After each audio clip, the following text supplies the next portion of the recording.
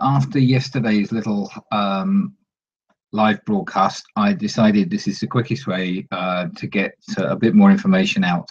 So yesterday I was discussing Anthony Riley and his challenge to various ball earthers and flat earthers about the partial eclipse or the eclipse coming up on the 21st of August, which will be a partial eclipse observed from the UK. Now, my concern is Anthony's been trying to make bets with people, putting up offers to close down his channel and to for others to close their channel if he is proved right or if they are proved right. Now, Anthony's suggestion is that the eclipse as seen from the UK, the partial eclipse late in the evening as seen from the UK, will not be as predicted.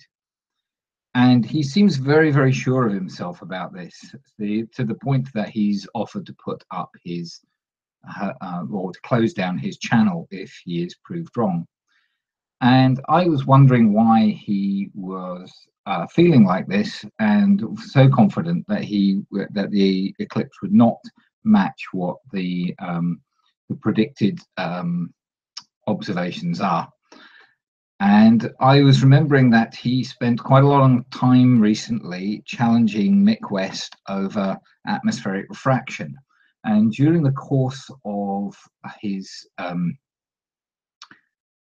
debates with Mick West, I'm sure, and that time period when he was trying to understand atmospheric refraction, I'm sure he realized that atmospheric refraction is in fact a real phenomenon. And he may well have come across things that say that when we observe a sunset, we're not observing the sun in the actual position that it should be, or that it is. We see the sun slightly higher in the sky than it actually is in reality because of the effect of refraction. Now, if Anthony came across this, then he is a bright enough spark, I think, to have put together the idea that this might affect how the eclipse is observed from the UK, because it will be observed as a very small chunk taken out of the sun by or blocked of the sun's light blocked by the moon, very close to the horizon, very near to the time of sunset. And if atmospheric refraction is a real phenomenon, I think he is reasoning that the predictions on websites like timeanddate.com will not have taken this into account. So I was unsure exactly what the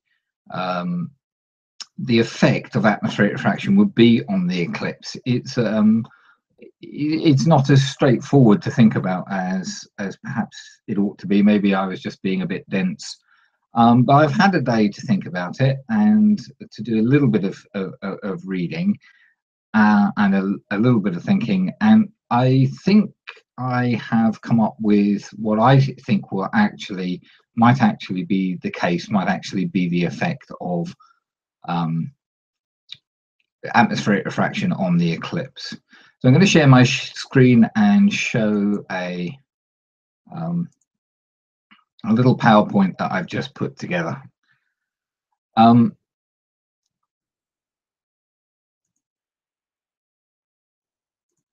So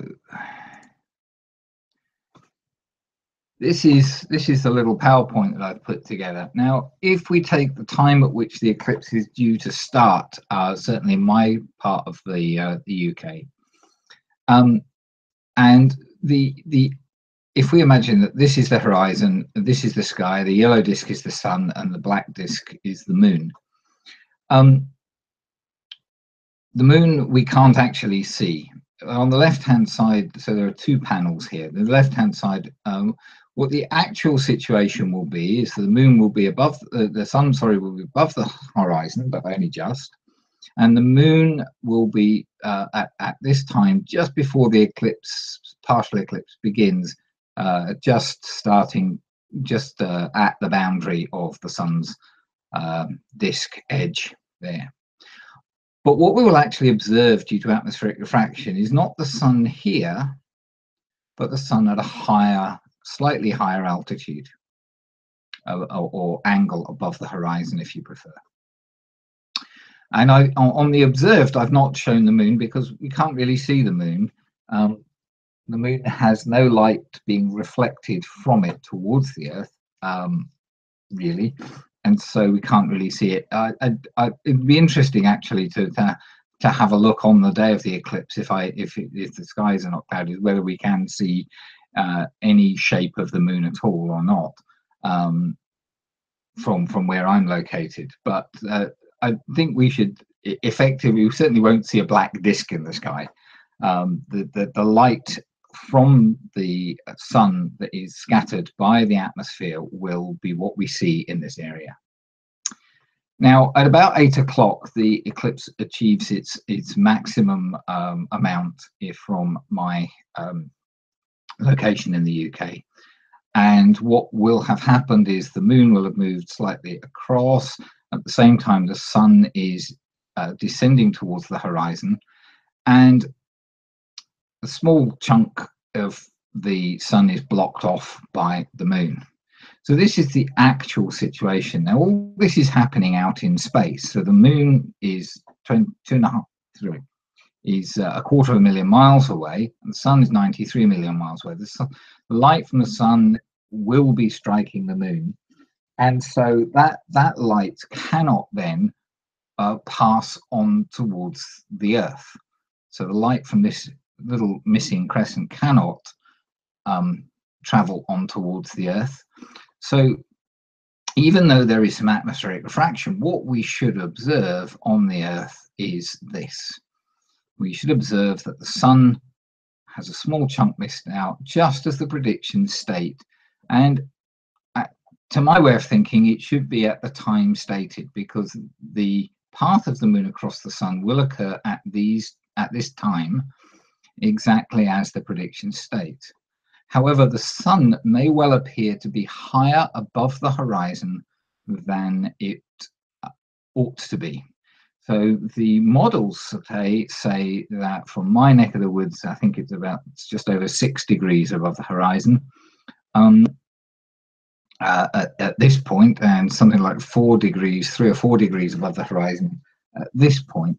But what we may see is that the sun is more like 8 or 10 degrees above the horizon, and here would be more like 6 degrees above the horizon. And then as time progresses, the moon moves away, the sun continues to set, and will eventually set. So my thinking here is that Anthony seemed to suggest a couple of times in his hangout which featured Sly Sparkane briefly, that the eclipse would occur, but not at the time that he stated. And I think that he's going to be wrong about that. I think the eclipse will occur and be observed in the UK at very close to, if not exactly, the times that are stated. We're only going to see a very small part of the sun's disk blocked by the moon, and so at 20 to 8 or so in the evening, we may not be able to see anything at all, and it may take some time before it becomes obvious that there is a small piece of the sun blocked by the path of the moon. But we should see it at some time between this, in my location, 20 to 8 or so, and around about 8 o'clock it should achieve a maximum, and then it takes about another 20 minutes or so before the moon passes away completely. What may well happen is that the sun will be a little higher in the sky than it ought to be.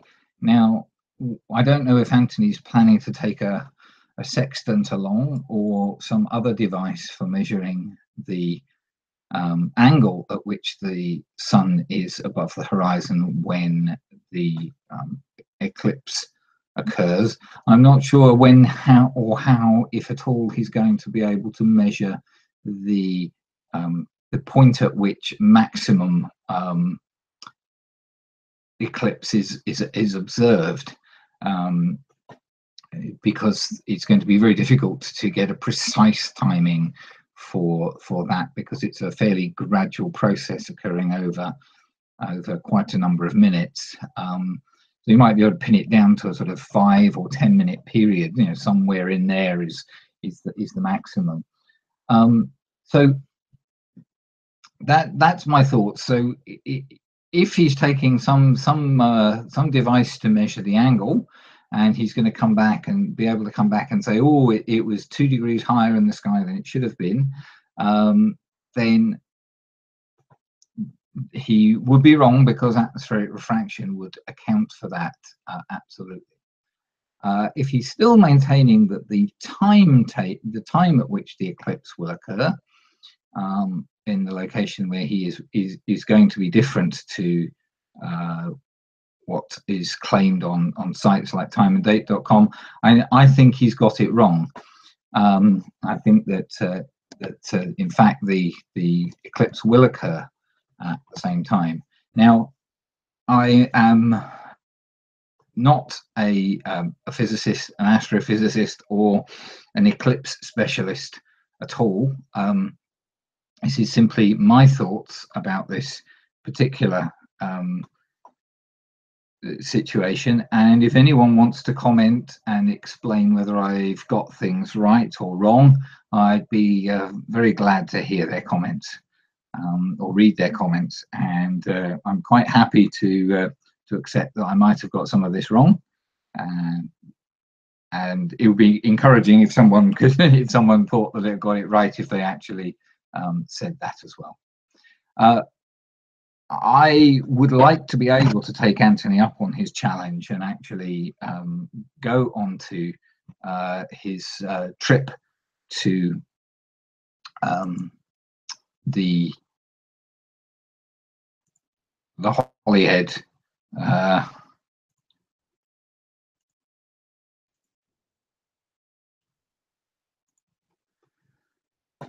Holyhead trip to observe the eclipse, and I would happily put up my rather small and insignificant YouTube account as he has offered to put his up. Unfortunately, I work on that evening, and I'm not prepared to give up an evening's work in order to go and do this. If I'm able, I may try and see if I can observe the eclipse from where I am, and record it and post my information of time, location, and the observation of the eclipse online, and maybe he would accept that. So there we go. That's pretty much all I have to say, and this video should appear on my channel hopefully very soon. So I have to go and do some work again now, so I'm going to stop broadcasting, and I'll look forward to some comments maybe on the video later.